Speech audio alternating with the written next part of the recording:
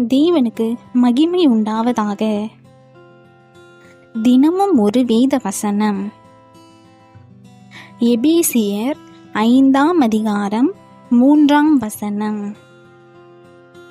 பரிசுத்தவான்களுக்கு ஏற்றபடி வேசித்தனமும் மற்றெந்த அசுத்தமும் பொருளாசையும் ஆகிய இவைகளின் பேர் முதலாய் உங்களுக்குள்ளே சொல்லப்படவும் கூடாது. கிறிஸ்துவுக்குள் பிரியமானவர்களே, நாம் ஒவ்வொருவரும் ஆண்டவரை போல் பரிசுத்தம் உள்ளவர்களாய் வாழ வேண்டும் என்பதுதான் ஆண்டவருடைய விருப்பம். ஆனால் பொல்லாங்கும் தீமையும் நிறைந்த இந்த உலகில் ஆண்டவரை போல் பரிசுத்தமாக வாழ்வது இயலாத காரியம் என்று நாம் நினைக்கிறோம்.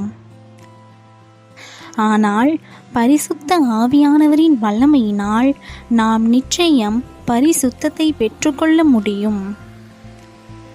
ஆகவே ஆண்டவரை நோக்கி, ஆண்டவரே, உம்மை போல நானும் வாழ உம்முடைய பரிசுத்த ஆவியானவரால் என்னை நிரப்பும் என்று கருத்தாய் கேட்கிற ஒவ்வொருவருக்கும் ஆண்டவர் நிச்சயமாக அருள்மாரியை பொழிந்து பலப்படுத்துவார். 2 பேர் ஒன்று சேர்ந்து வியாபாரம் செய்து வந்தனர். ஆனால் வியாபாரத்தில் ஆசீர்வாதமே இல்லை. ஏராளம் பணம் தேவையாயிருந்தது. எனவே ஒரு தேவ ஊழியரிடம் பிரார்த்தனை செய்ய போனார்கள்.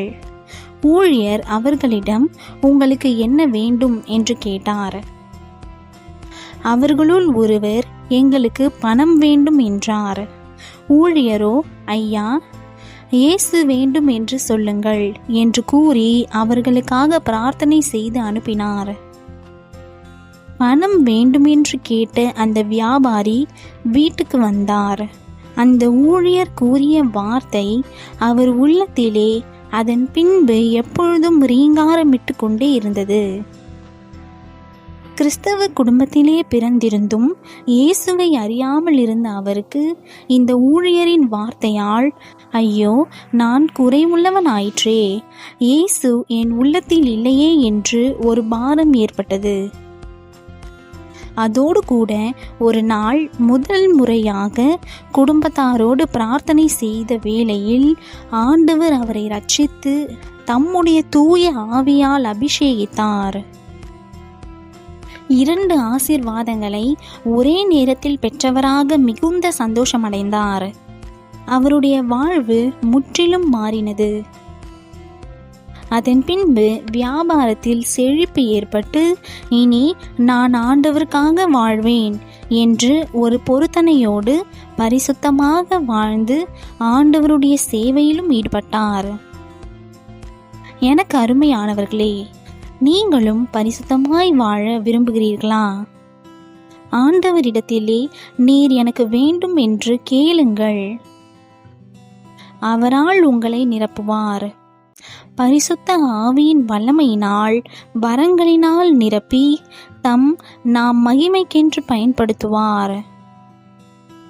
ஆண்டவரும், யாரை நான் அனுப்புவேன், யார் என் காரியமாய் போவான் என்று நம்மை பார்த்து கேட்கிற கேள்விக்கு நானும் பரிசுத்த வாழ்வை பின்பற்றி மற்றவர்களையும் வழிநடத்த உதவி செய்யும் என்று ஜெபிப்போமா? இன்றைய நாளுக்கான ஜெபம். அன்புள்ள தகப்பனே, பரிசுத்தமாக வாழ்வதற்கு உம்முடைய தூய ஆவியானவர் மூலமாக எனக்கும் உம்முடைய தெய்வீக அருளை தாரும். இந்த உலகின் அசுத்தங்கள் என்னை தொடாதபடி உம்மை மட்டும் சந்தோஷப்படுத்த இன்று முதல் ஒவ்வொரு நாளிலும் நீரே என்னோடிருந்து கரம் பிடித்து வழி நடத்தும். இயேசுவின் நாமத்தில் பிதாவே, ஆமென்.